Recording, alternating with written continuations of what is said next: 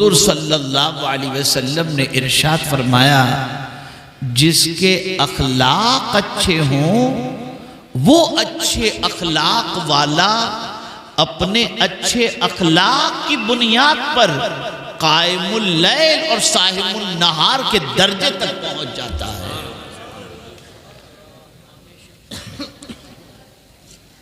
اور اسی کے ساتھ ایمان سب کو پیارا ہے، لیکن حضور صلی اللہ علیہ وسلم فرماتے ہیں وہ مومن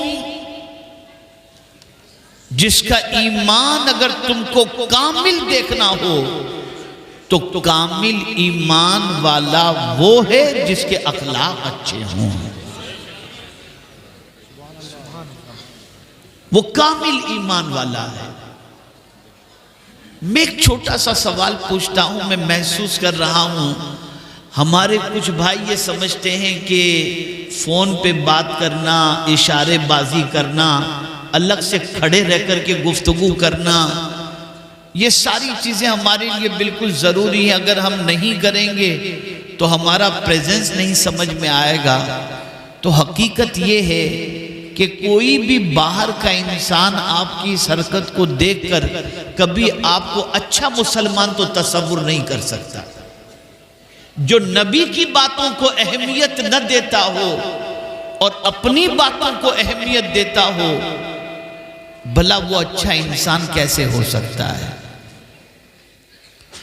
اب دو باتیں ذہن میں محفوظ کر لیں اور پھر میں اپنی گفتگو کو ختم کرتا ہوں۔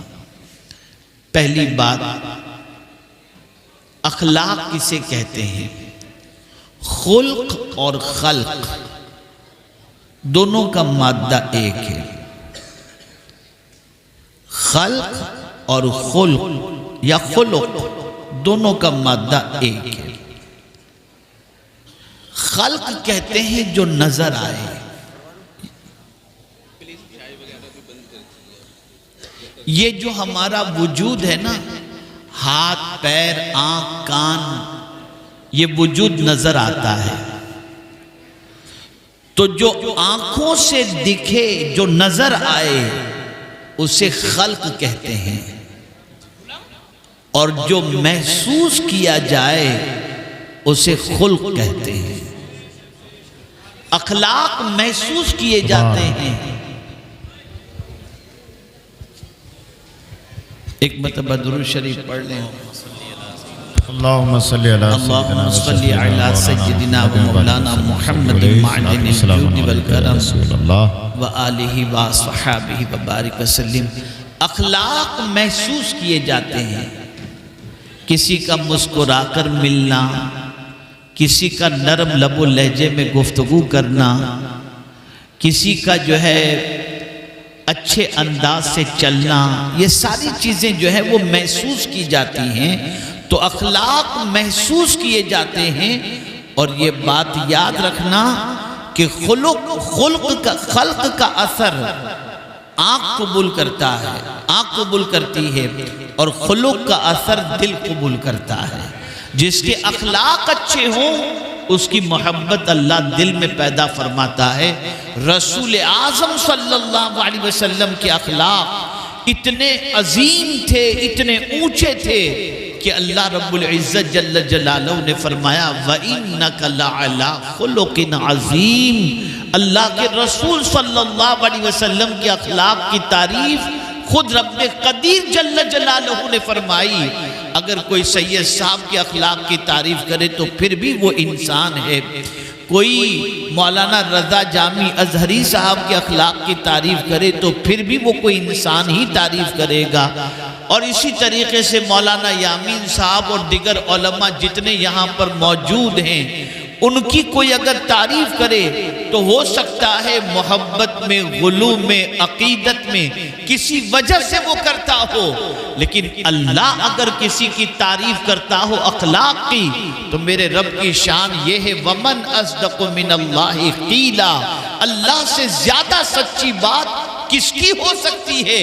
تو مولا حضور کے اخلاق کی تعریف کرتا ہے اور فرماتا ہے وَإِنَّكَ لَعَلَىٰ خُلُقٍ عَظِيمٍ۔ لیکن اس کے باوجود بس یہ عرض کر کے میں اپنی گفتگو ختم کرتا ہوں، آپ لوگوں کو گنہگار نہیں کرنا چاہتا، میں بس اتنی سی بات کر کے اپنی گفتگو ختم کرتا ہوں۔ جس حضور کے اخلاق اتنے عظیم کہ اللہ ان کے اخلاق کی تعریف کرے، وہ کیا کرتے تھے؟ وہ جب آئینہ دیکھتے تھے نا، آپ اور ہم دیکھتے ہیں تو مونچھیں تو نہیں بڑھ گئیں، بال ادھر تو نہیں بکھر گئے، رنگ کالا تو نہیں ہو گیا، ہیئر اسٹائل تو صحیح ہے، امامہ صحیح بندھا ہوا ہے، کرتا صحیح۔ ہم آئینے میں دیکھتے ہیں تو یہ ساری چیزوں کو دیکھ کر درست کرتے ہیں، لیکن جن کے اخلاق کو اللہ نے عظیم فرمایا، وہ رسول جب آئینہ دیکھتے تھے تو کیا کہتے تھے، کیا دعا پڑھتے تھے؟ کہتے تھے اللہم احسن خلقی کما حسنت خلقی، اے اللہ میرے اخلاق اچھے فرما جس طریقے سے تو نے میری صورت کو اچھی فرمایا ہے۔ آپ مجھے بتائیے جو اتنے بڑے اخلاق کے مالک تھے وہ بھی اللہ کی بارگاہ میں مزید اچھے اخلاق کی دعا کرتے ہیں، اور آج ہمارا حال یہ ہے کہ اخلاق میں اتنے گرے ہوئے ہیں کہ جس کی کوئی انتہا نہیں، پھر بھی اپنے اخلاق کے درست ہونے کے سلسلے میں اللہ کی بارگاہ کے اندر دعا نہیں کرتے۔ میرے پیارے آقا صلی اللہ علیہ وسلم کے پیارے دیوانوں، آپ اپنے اخلاق کو درست کریں۔ جہاں علم کی ضرورت ہے وہیں اخلاق کی بھی ضرورت ہے، اور یہ بات اچھی طریقے سے یاد رکھیں، ماں باپ کی طرف سے اولاد کے لیے سب سے بڑا تحفہ اچھے اخلاق ہیں، اچھے آداب ہیں، اور میں سمجھتا ہوں آج کے ماں باپ اس پر توجہ نہیں دیتے۔ اللہ کرے کہ سرکار صلی اللہ علیہ وسلم کے صدقہ و توفیل ہماری قوم اپنے اخلاق کو درست کرنے کی کوشش کرے، اور یہ بات یاد رکھیں جس بے ادبی کا مظاہرہ آپ اس محفل کے اندر کر رہے ہیں نا، شاید آپ کو معلوم نہیں کہ آپ اپنے رب کے غضب کو بھی دعوت دیتے ہیں اور رسول کی ناراضگی کو بھی دعوت دیتے ہیں۔ کتنے تعجب کی بات ہے کہ بات اللہ اور اس کے رسول کی جائے لیکن آپ کی توجہ بھی نہ ہو، آپ اہمیت بھی نہ دو، آپ اپنے میں مست رہو۔ اگر ایسا مزاج آپ نے رکھا تو پھر آپ تشریف کیوں لائے؟ کسی بھی دینی محفل میں جاؤ تو پوری توجہ کے ساتھ اللہ اور اس کے رسول کے ذکر پاک کو سماعت کیا کرو، اس لیے کہ اللہ اور اس کے رسول کی باتوں سے بڑھ کر کسی کی بات نہیں ہو سکتی، اور اللہ اور اس کے رسول سے زیادہ ہمارا بھلا چاہنے والا کوئی دوسرا ہے بھی نہیں۔ تو اپنے اخلاق کو درست کرو، اپنی عادتوں کو درست کرو، علم بھی حاصل کرو، نماز کی پابندی بھی کرو، اور یاد رکھیں اخلاق کے سلسلے میں دو چیزیں بہت اہم ہیں، ایک ہے زبان اور ایک ہے دل۔ آپ یاد رکھیں اللہ نے ان دونوں کو نرم بنایا ہے، دونوں میں ہڈی نہیں رکھی، اس لیے وہ بندہ بہت خوش نصیب ہے جس کا دل بھی نرم ہو اور جس کا لب و لہجہ بھی نرم ہو۔ اللہ نے دونوں میں ہڈی نہیں رکھی تاکہ بندہ نرمی سے گفتگو بھی کرے اور اپنے دل میں لوگوں کے لیے نرمی بھی رکھے۔ اس لیے کہ حضور صلی اللہ علیہ وسلم کے اخلاق میں یہ بہت بڑا سرکار کا خلق تھا کہ رسول رحمت صلی اللہ علیہ وسلم لوگوں کے لیے نرم دل تھے۔ اللہ کرے کہ میری یہ مختصر سی گفتگو کسی صاحب دل کے اندر اتر جائے اور وہ اپنی زندگی کو سنوارنے کی کوشش کرے۔ انہی کلمات خیر پر میں اپنی گفتگو کو ختم کرتا ہوں۔ وَمَا عَلَيْنَا إِلَّا الْبَلَاغُ الْمُبِينَ۔ السلام علیکم ورحمۃ اللہ وبرکاتہ۔